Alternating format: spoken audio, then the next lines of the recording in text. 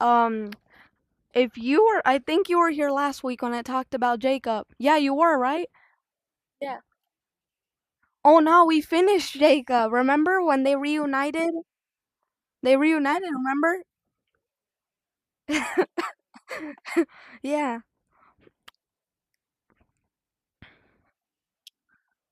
Esau.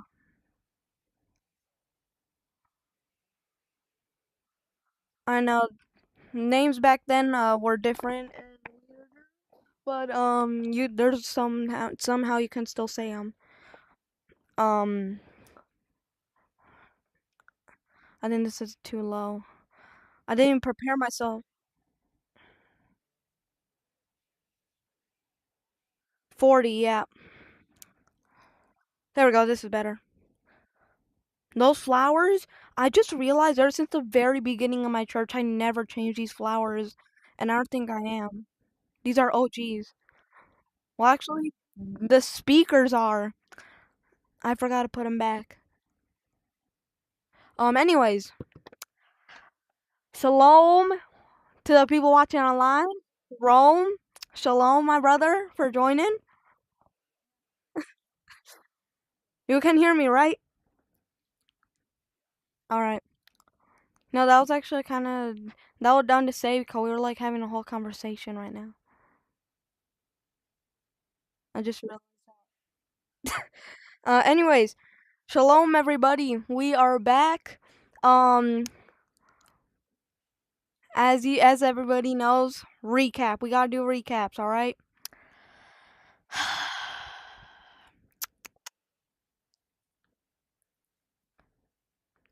James goes to the mountain and he has Rachel and Leah and he takes the whole family. Then a lot of days pass and then they go to where they had to go. And then finally, that's when they see Esau coming. And when Esau's really mad, then Jacob goes over to him and apologizes. They both cry. Then I talk about how it resembled to when Jacob first met Rachel, of the sheep, the family, Rachel going in and all that stuff.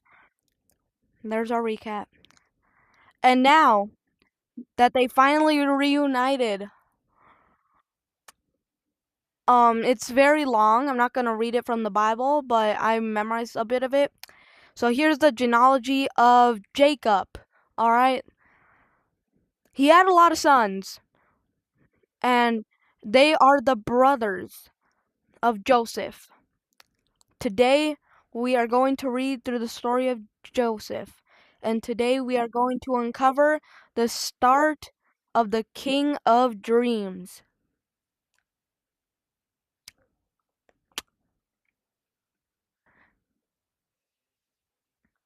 So, if you would please kindly, my good ladies and gentlemen, if you could open your Bibles to uh, Genesis 37.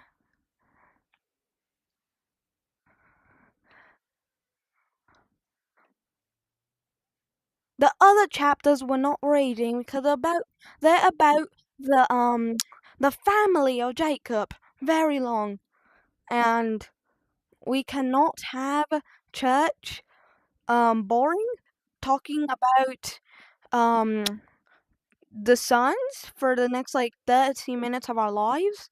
So we're gonna just move on to when Joseph was born.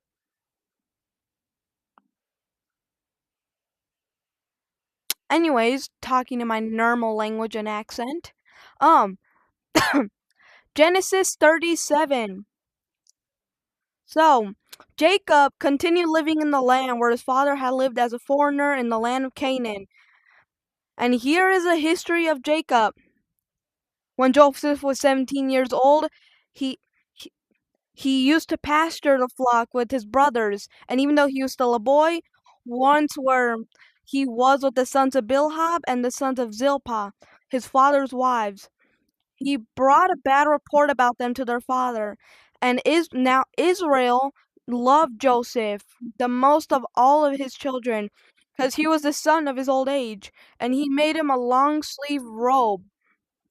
When his brothers saw that their father loved him more than all of the brothers, they began to hate him, not like him at all, and reached a point that they couldn't even talk with him in a civil manner.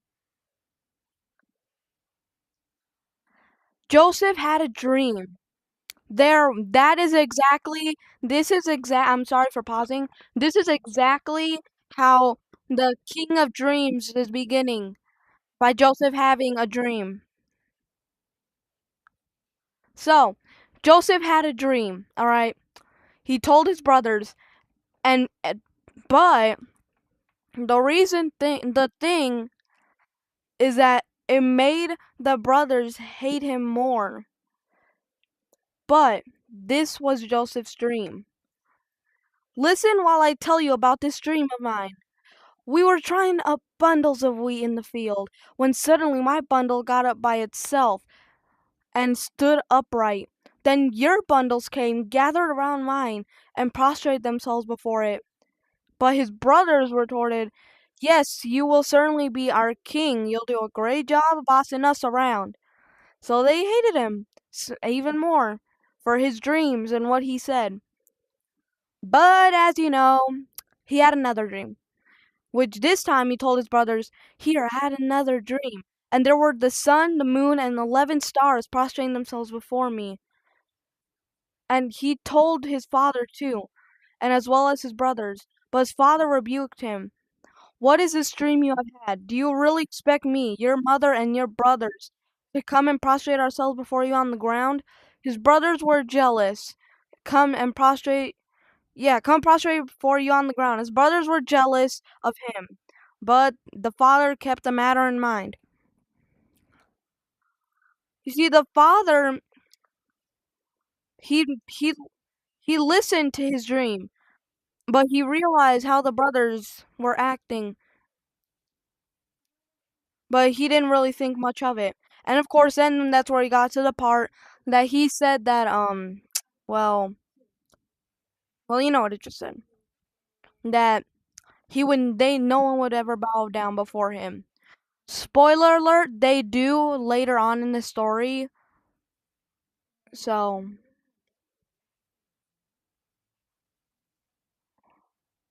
anyways, after this, when his brothers had gone to pasture their father's sheep in Shechem, is J- all right. By the way, Israel is Jacob. Remember, God changed his name from Jacob to Israel, because Jacob standed for dismay and deceit. It did not stand for truth. But now they changed his name to Israel. All right. We'll talk more about that later. After they, when his brothers had gone to pasture the father's sheep in Shechem, Israel, aka Jacob, asked Joseph, "Aren't your brothers pasturing the sheep in Shechem? Come, I will send you to them." And he answered, "Here I am." And then he said to him, "Go now, see whether things are going well with your brothers and with the sheep, and bring word back to me." So he sent away from the Hebron valley, and he went to Shechem, where a man found him wandering around the countryside. The man asked him, "What are you looking for?" "I'm looking for my brothers," he answered. "Tell me, please, where are they pasturing their sheep?" The man said, "They've left here because I heard them say, 'Let's go to Dothan.'" So Joseph went after his brothers and found them in Dothan. They spotted him in the distance, and before he had arrived, they had plotted a plan to kill him. They were so jealous. They are so jealous. They got so jealous that they wanted to kill them. He wanted to kill Joseph. They wanted to kill Joseph. My words are getting very jumbled up today. They wanted to kill him. They wanted to kill Joseph. Not he wanted to kill them.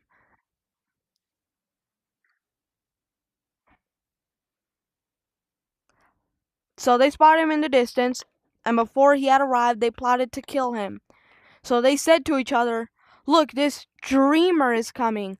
So come now, let's all gather up, let's kill him, and throw him into one of these water sinisters.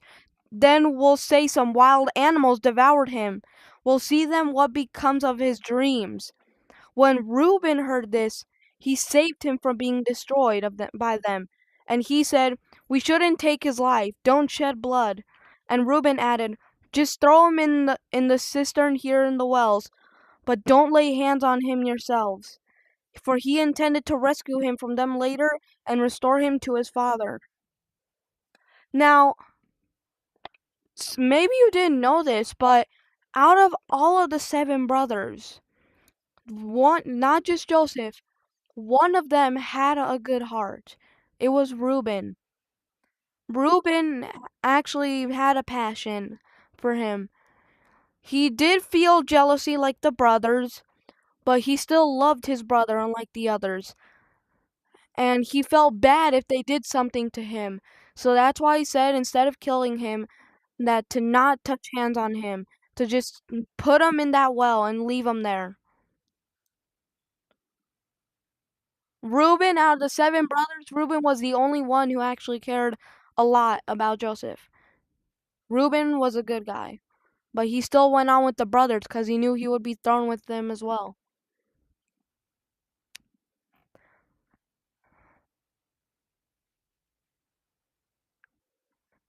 So, as he said, we shouldn't take his life. Don't shed blood. So Reuben added, throw him in the cistern here in the wilds, but don't lay hands on him yourselves.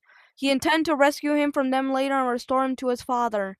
So it was that Joseph arrived to be with his brothers, and they stripped off his robe, the long sleeve robe he was wearing, and they took him and they threw him into the cistern, which the cistern was empty without any water in it. Then they sat down to eat their meal, and as they looked up, they saw in front of them a caravan of Ishmaelim coming from Gilad, their camels loaded with aromatic gum and healing resin and opium, and on the way down to Egypt. So Yupta said to his brothers, what advantage is it to us if we kill our brother and cover up his blood? Come, let's sell him to the Ishmael instead of putting him to death with our own hands. After all, he is our brother, our own flesh.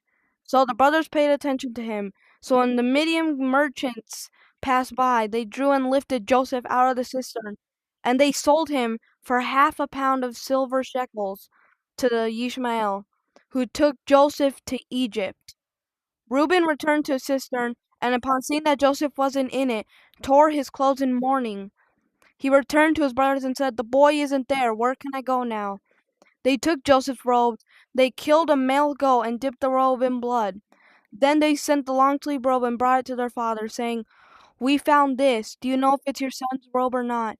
He recognized it and he cried, saying, "It's my son's robe. Some wild animal has turned Joseph in pieces and eaten him." Jacob tore his clothes and putting sackcloth around his waist and mourned his son for many days. Though all of his sons and daughters tried to comfort him, he refused all consolation, saying, "I will not go down to the grave to my son mourning." And his father wept for him. In Egypt, the Midians sold Joseph to Potiphar, one of Pharaoh's officials, a captain of the guard. All right. Yep, so a lot's happening here. All the brothers had jealousy of him. They planned to kill him, but there was one good brother. It was Reuben. He said not to kill him, but to throw him in there. Then he had a plan that once the brothers left, he would get Joseph out so he could escape. But then they saw this merchant coming. They sold Joseph to the merchant, and now they said that he was killed by a ram, which is not true. Um, he is currently physically abused in Egypt. A lot. Uh-huh.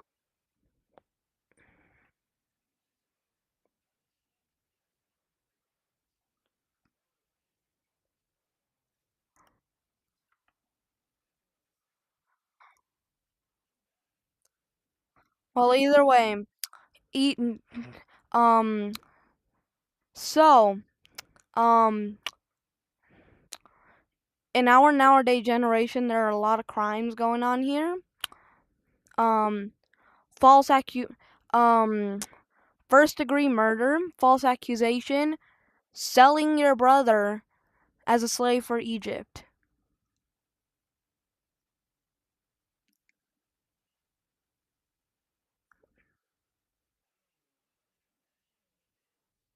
No, not first degree murder, attempted murder, attempted murder. They wanted to kill him, but Reuben said not to. Just to throw him in there. There wasn't water, so he could have died, which he didn't.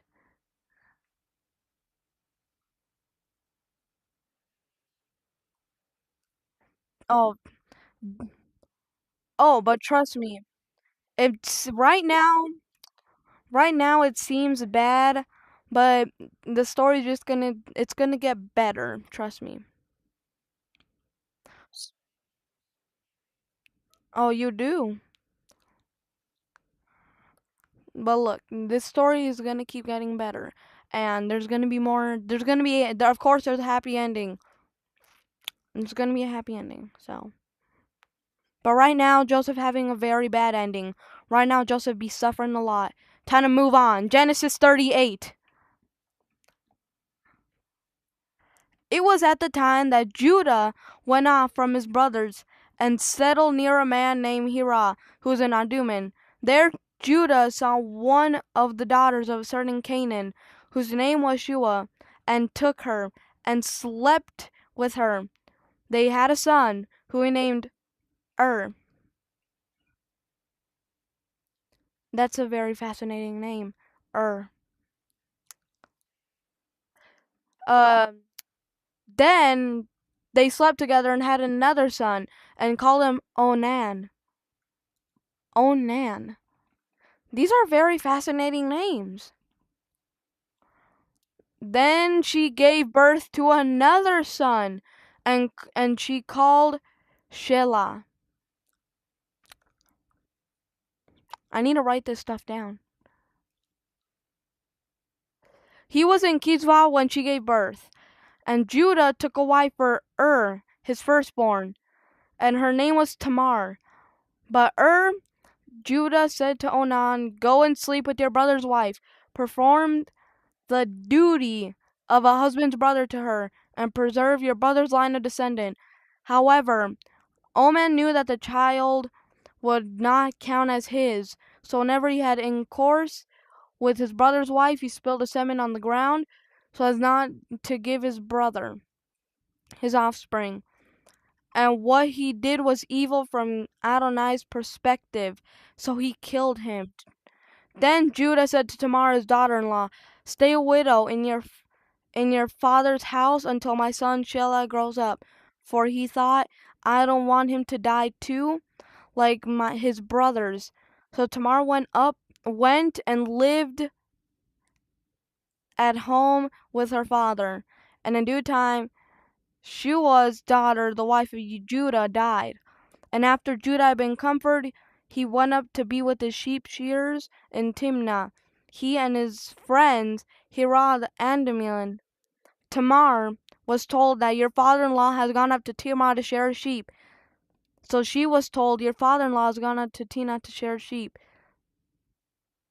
So she took off her widow's clothes, completely covered her face with her veil, and sat at the entrance to Anamim, which is on the way to Timnah, for she saw that Shea had grown up, but she was still not given to him as the wife.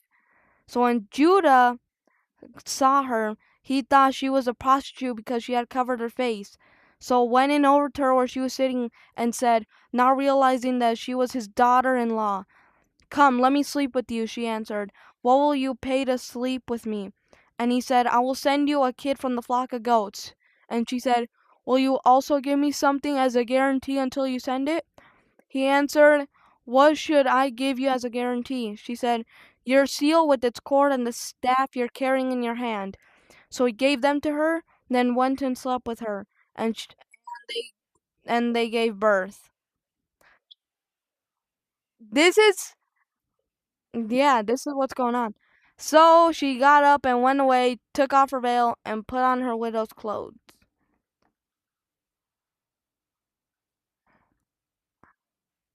So this chapter's still going. Um, I'm kind of starting to feel that this isn't gonna be so kid friendly. So let's just see how everything's going with Joseph. All right, forget Reuben. He's being a bit naughty today. Anyways, forget Reuben. He doesn't exist. We won't talk about him until they reunite again. Forget him. Let's go to Joseph. Joseph was brought down to Egypt, and Potiphar, an officer of Pharaoh's and captain of the guard, an Egyptian, brought him from the Ishmael who had brought him there. Adonai was with Joseph, and he became wealthy while he was in the household of the master, the Egyptian. His master saw how Adonai was with him, that God prospered everything he did. So Joseph pleased him as he served him. And his master appointed him for manager of his household, and he entrusted him with all of his possessions to Joseph. And from the time he appointed him manager of the household and all his possessions, God blessed the Egyptian's household for Joseph's sake. And God's blessing was on all that he owned, whether in the house or in the field.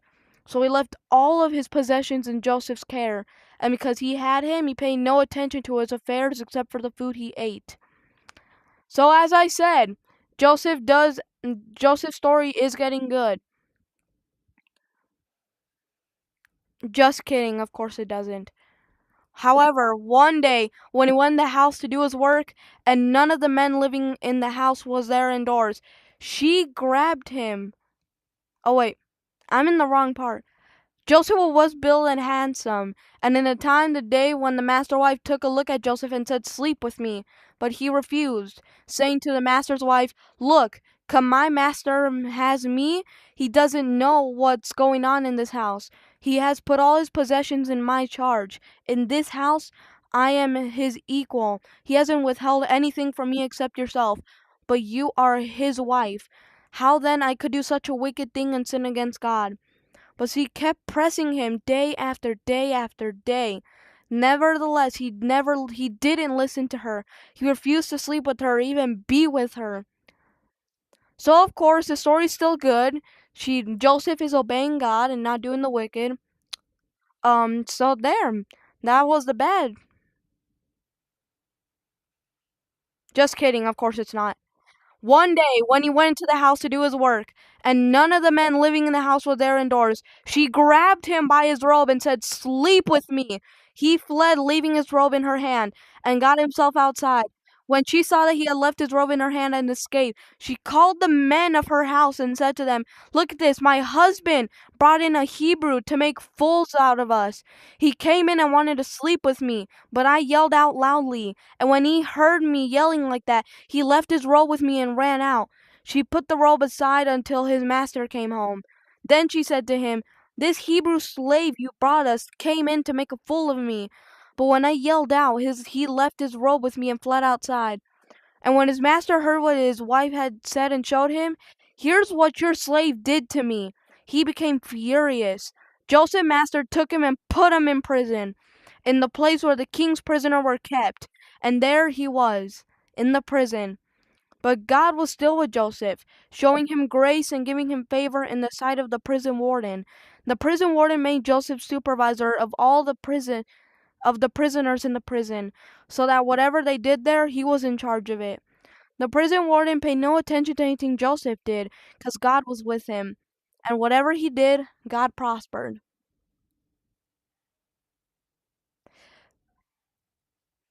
So it got good. It got a little bad. Then it was starting to get good, and then it got intensely bad. And now he's in jail. But now it's getting good because the guard who's there, yeah, because of the Lord, the supervisor who's there doesn't really care what Joseph does. And now he gets to take care of the prisoners who are in the prison. Now, Genesis 40. Sometime later, it came about the Egyptian king cupbearer and baker and gave offense to the Lord, the king of Egypt. Pharaoh became very angry with his two officers and the chief cupbearer and the chief baker, so put them in custody with the house of the captain of the guard in the prison, in the same place where Joseph was kept. The captain of the guard chained Joseph to be with them, and he became their attendant while they remained in prison. One night, the two of them, the king of Egypt's cupbearer and his baker, had a dream, both of them, with its own meaning. So Joseph came in to them in the morning and saw that they looked sad. He asked Pharaoh's officer there what and what had happened. Why are you looking so sad today? Then Joseph said to them, "Oh, so they said they we each had a dream and there's no one around who can interpret it." Joseph said to them, "Don't interpretations belong to God? Tell it to me, please." So the chief cupbearer first told Joseph his dream. "In my dream, there in front of me was a vine. The vine had 3 branches, and the branches budded then. Then it suddenly began to blossom, and finally clusters of ripe grapes appeared. Pharaoh's cup was in my hand, so I took the grapes and pressed them in Pharaoh's cup, and gave the cup to Pharaoh." Joseph said to him, "Here's the interpretation. The 3 branches are the 3 days. Within 3 days Pharaoh will lift up your head and restore you to your office. You'll be giving Pharaoh his cup as you used to when you were his cupbearer. But remember me when it goes well with you, and show me kindness, please, and mention me to Pharaoh so that he will release me from this prison. For the truth is I was kidnapped from the land of the Hebrews, and hereto I have done nothing wrong that would justify putting me in this dungeon."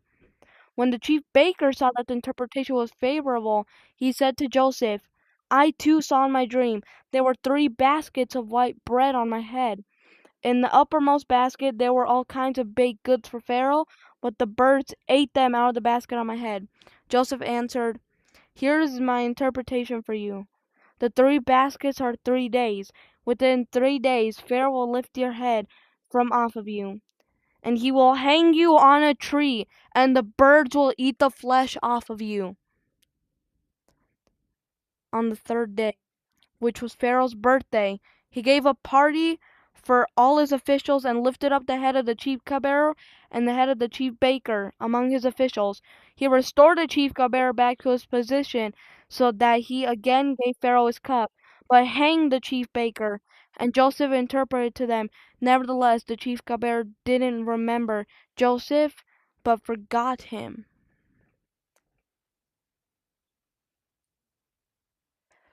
He interpreted his dream, but yet he forgot him.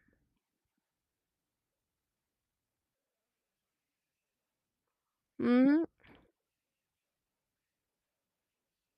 No, he got to get his job back. The baker was the one who got killed. But you see, it was okay that he stayed in jail, because he was part of God's plan. I know it seems crazy that I said that. I know it sounds weird and strange, but trust me, it was good that he stayed there. Because then, Mhm.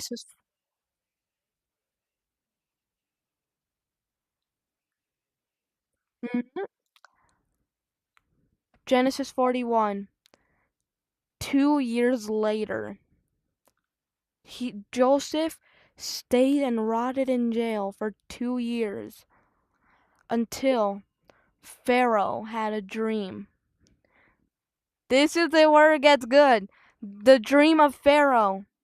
Pharaoh had a dream where he was standing beside the Nile River, and there came up out of the river 7 cows, sleek and fat, and they began feeding in swamp grass. And after them there came up out of the river 7 more cows, miserable looking and lean. There were the good cows and the bad cows. And they stood by the other cows at the edge of the river. Then the miserable looking lean cows ate up the 7 sleek fat cows. And at this point Pharaoh woke up, but he went to sleep again and dreamt a second time. 7 full ripe ears of grain grew out of a single stalk. After them 7 ears, thin and blasted, thin and full, ripe ears of grain grew out of a single stalk. After them 7 ears, thin and blasted by the east wind, sprang up, and the thin ears swallowed up the 7 full ripe ears. Then Pharaoh woke up and realized it was a dream. In the moment where he found himself so upset, he summoned his magicians of Egypt and all of its wise men. Pharaoh told them the dream, but nobody could interpret them. Then the chief cupbearer said to Pharaoh, "Today reminds me of something wherein I am at fault. Pharaoh was angry with his officials and put me in the prison in the house of the captain of the guard. Me and the chief breaker one night both, we had dreams, and our dreams had meanings. But there was a young man, a Hebrew, a servant of the captain of the guards. And we told him our dreams, and he interpreted them for us. He interpreted each man's dream individually, and it came about as he interpreted to us. I was restored to my office, and the baker was hanged. Then Pharaoh summoned Joseph, and they brought him quickly out of the dungeon. He shaved himself, changed his clothes, and came to Pharaoh.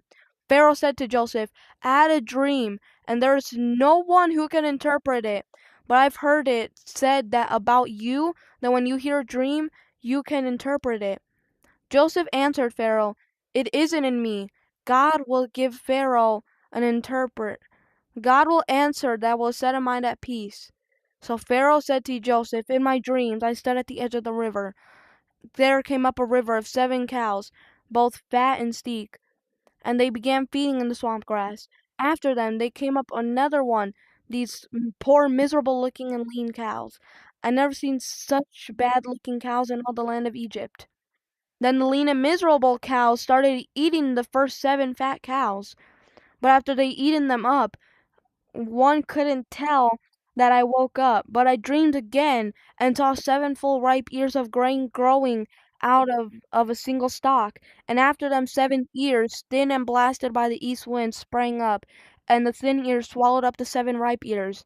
I told this to the magicians, but none of them could explain it to me. Joseph said to Pharaoh, The dreams of Pharaoh are the same. God has told Pharaoh what he is about to do. The 7 good cows are the 7 years, and the 7 good ears of grain are 7 years. The dreams are the same. Likewise, the 7 lean and miserable cows that came up are the 7 years, and also the 7 empty ears blasted by the east wind. There will be 7 years. There will be 7 good years, and then the next 7 will be the 7 years of famine. This is what I told Pharaoh. God has shown Pharaoh what he is about to do. Here it is. There will be 7 years of abundance throughout the whole land of Egypt, but afterwards there will come 7 years of famine, and Egypt will forget all the abundance. It will consume the land, and the abundance will not be known in the land because the famine that will follow, because it will be truly terrible. Why was the dream doubled for Pharaoh? Because the matter has been fixed by God, and God will surely cause it to happen. Therefore, Pharaoh should look for a man both discreet and wise to put in charge of the land of Egypt. Pharaoh should do this, and he should appoint supervisors over the land to receive a 20% tax on the produce of the land of Egypt during the 7 years of abundance. They should gather up all the food produce during these good years coming up, and set aside grain under the supervisor of Pharaoh to be used for his food in the cities. They should store it. This will be the land's food supply for the 7 years of famine that will come over the land of Egypt, so that the land will not perish as a result of the famine. So the proposals seemed good both to Pharaoh and to all of his officials. Pharaoh said to his officials, Can we find anyone else like him?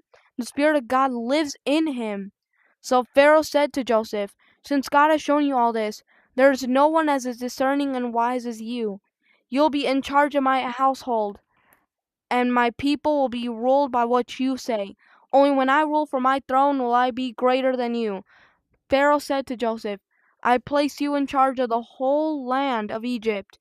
Pharaoh took his signet ring off of his hand and put it on Joseph's hand, and clothed him with a gold chain around his neck, and had him ride in his second best chariot. And they cried before him, Bow down. Thus he placed him in charge of the whole land of Egypt. Pharaoh said to Joseph, I, Pharaoh, decree that without your approval, no one is to raise his hand or his foot in all the land of Egypt. Pharaoh called Joseph by the name Tifvan-Paneach, and gave him as his wife Osnat, the daughter of Potipharah, priest of On. Then Joseph went out through all the land of Egypt. Joseph was 30 years old when he stood before Pharaoh, the king of Egypt, and left Pharaoh's presence, and traveled through all the land of Egypt during the 7 years of abundance. The earth brought forth heaps of produce. He collected all the food of the 7 years in the land of Egypt and stored in the cities. The food grown in the field outside each city stored in the city, and Joseph stored grain in quantities like the sand on the seashore, so much that they stopped counting because it was beyond measure. 2 sons were born to Joseph before the year of famine came. Osnat, the daughter of Potiphar the priest, bore them to him. Then Joseph called the firstborn Mashane, or Manasseh, which meant causing to forget, because God has caused me to forget all the troubles I suffered at the hands of my family. The second he called Ephraim, which standeth for fruit, for God has made me fruitful in the land of my misfortune. The 7 years of abundance in the land of Egypt ended, and the 7 years of famine became to come. Just as Joseph had said, there was a famine in all the lands, but throughout the land of Egypt there was food. And when the whole land of Egypt started feeling the famine, the people cried to Pharaoh for food, and Pharaoh said to all the Egyptians, "Go to Joseph and do what he tells you to do." The famine was over all the earth. But then Joseph opened the storehouses and sold food to the Egyptians, since the famine was severe in the land of Egypt. Moreover, all countries came to Egypt to Joseph to buy grain, because the famine was severe throughout the earth. But then Joseph saw somebody who looked familiar. We're leaving cliffhangers. That's a cliffhanger. It ends with Joseph seeing someone familiar in the distance. And there we go. Church is over. You're gonna have to wait to see who it is next week. Okay, so this is what we know so far, alright? This is what we know so far. So, the brothers felt jealous of Jacob. I mean, not Jacob. The brothers felt jealous of Joseph, so they wanted to kill him, but Reuben said no. So they threw him in there. Then they sold him to Egypt, and he worked there until he got to do everything, and he owned everything that Pharaoh had, until his wife did some very bad things, and then got Joseph in jail. And then 2 people had a dream, the baker and the cup holder. Then when the 3 days passed, then what he said became true. Then he rotted in jail for 2 years until Pharaoh had a dream. And then the cup holder remembered. He remembered what he said to Joseph, and he told him about Joseph. Joseph had the dream, and Pharaoh realized, and Pharaoh let him become like basically a prince of Egypt. And he got to control the whole land. Then, once the famine came, then everyone from all over the country was coming, and then Joseph saw someone who looked familiar. But we're gonna talk about that next week. Yes, they are. They are the brothers. What is Joseph gonna do? Are they gonna kill them, forgive them, or send them away? They do. They do ask for food. So what is Joseph gonna do? Is he gonna kill them, send them with nothing, or give them?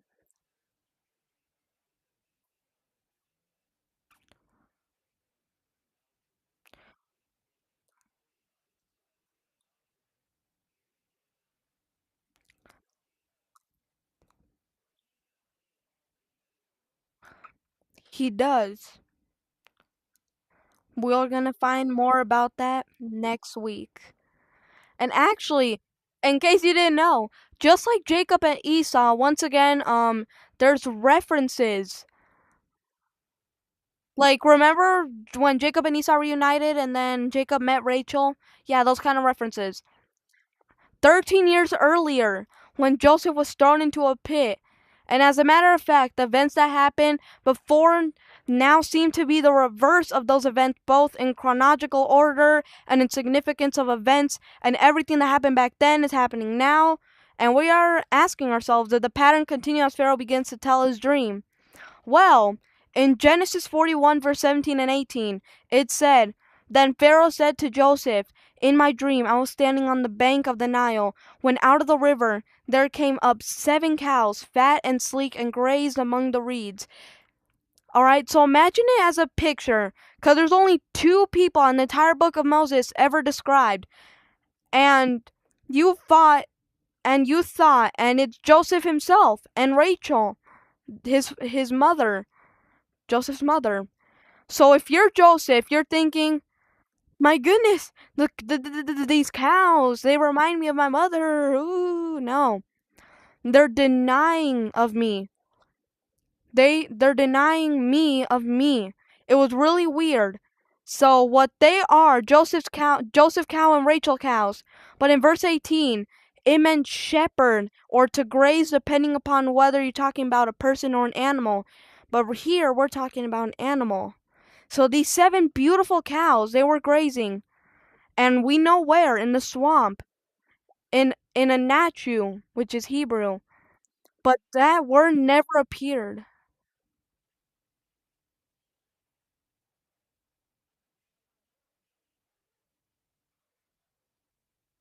In a Nachu, which that word never appeared in the whole 5 books of Moses.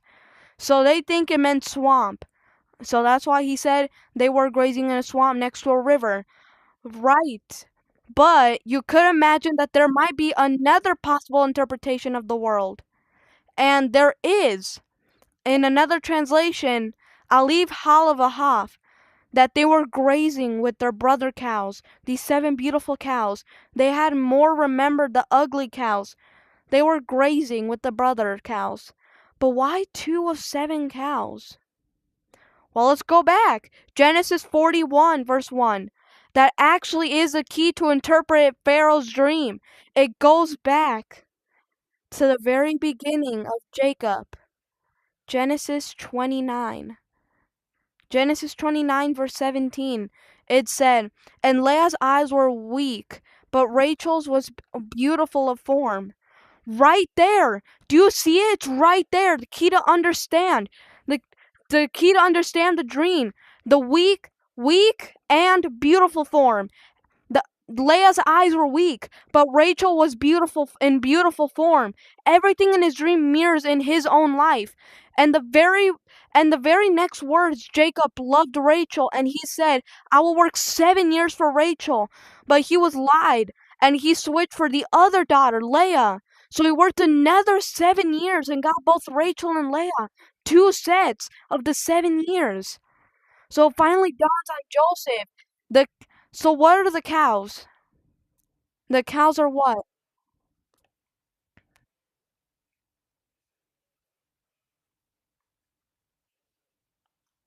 Yes, they're the years. They are the years. They are the years. Yeah, you're correct. Yeah, it's connected.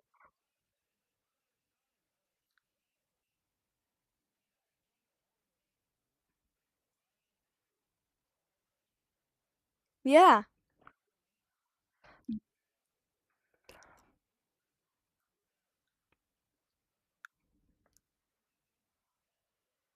Yeah, the food was getting rotten. So as you said, they are the years. The beautiful cows don't represent me. The ugly cows don't represent my brothers as the children of Leah, the cows. They represent the years. The years represent the years that his father worked for Leah and Rachel. The 7 bad years was what he thought he was getting Rachel but got Leah. Then the 7 good years is when he worked and actually did get Rachel. When he was on the field, when they were shepherding, they're brothers. They were the fruits of those years. And if you know that I'm speaking to you, that's enough. It's like we had this private communication channel with the divine. Something we understand, sometimes we don't. But the slate is our own lives, a personal kind of language. That means something only to us, the same way Pharaoh's dream and something to Joseph. The communication comes from the most unlikely of sources. Who would have thought that God speaking to Joseph was less through his own dreams and then Pharaoh's, but Joseph was wise enough to hear the echoes resonate in his life to discern the voice of God. Maybe we can pick up some of that wisdom and be ready to hear his voice in the most unlikely of places. Join me next week so we can get closer to see what happened and to see who. Yes.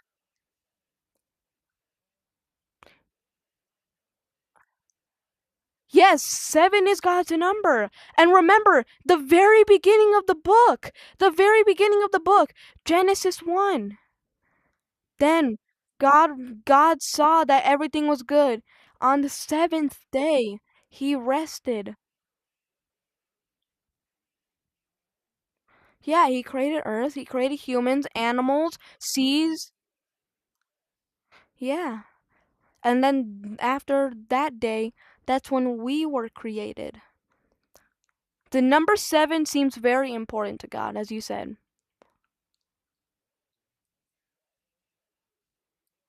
The first seven was the day of rest.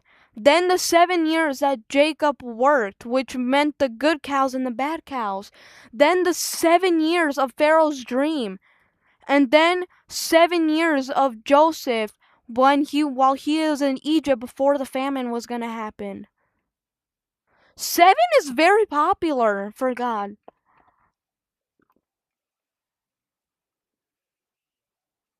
There has to. We will n- next week.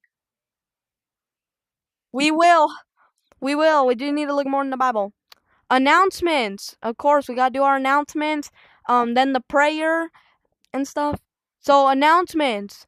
First off, number one, you can no longer join camp. All right, that already ended like 2 weeks ago. So no longer joining camp. Number two, um, we need to hire staff for the kitchen because we're running out of food. Number three, next week we are going to continue through the story of Joseph and who these familiar people are. And number four, finally we have an event. Tish B'Av, the holiday, August 2nd, 5:30 p.m.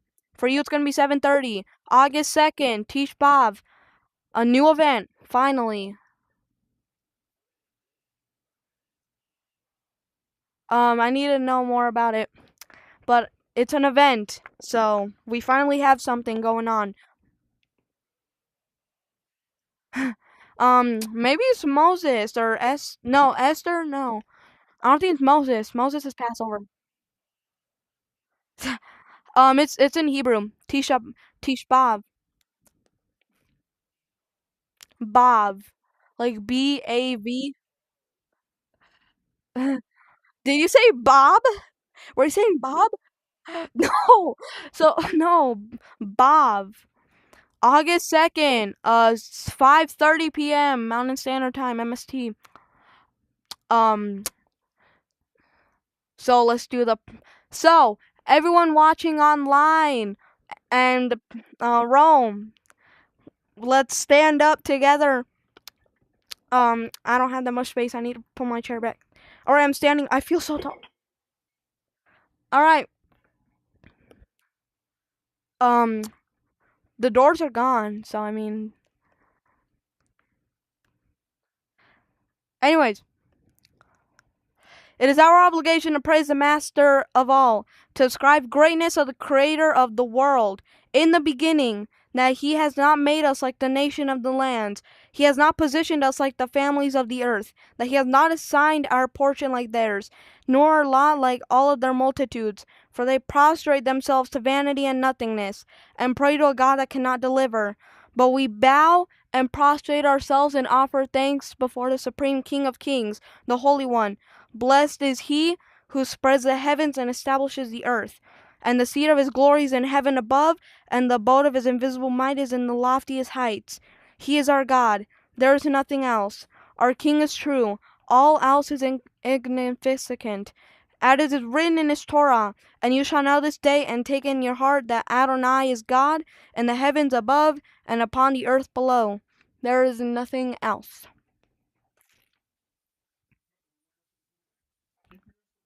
¿Mm? Yo. La silla.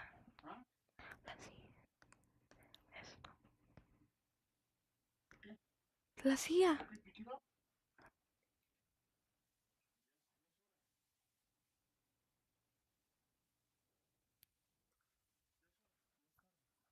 What? All right. So we're gonna do the prayer, and then we're just gonna just chill, I guess. Yavrech Adonai mishmerecha, Yaver Adonai panavlecha v'yichunecha, Yisem Adonai panavlecha, Yisem is shalom. May the Lord bless you and keep you.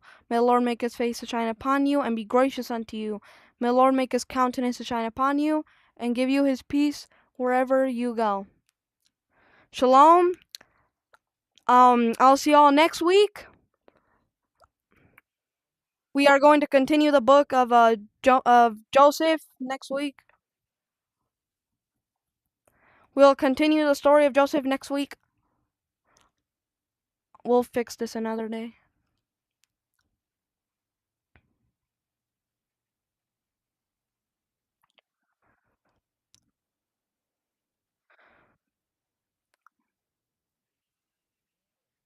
Anytime, my brother.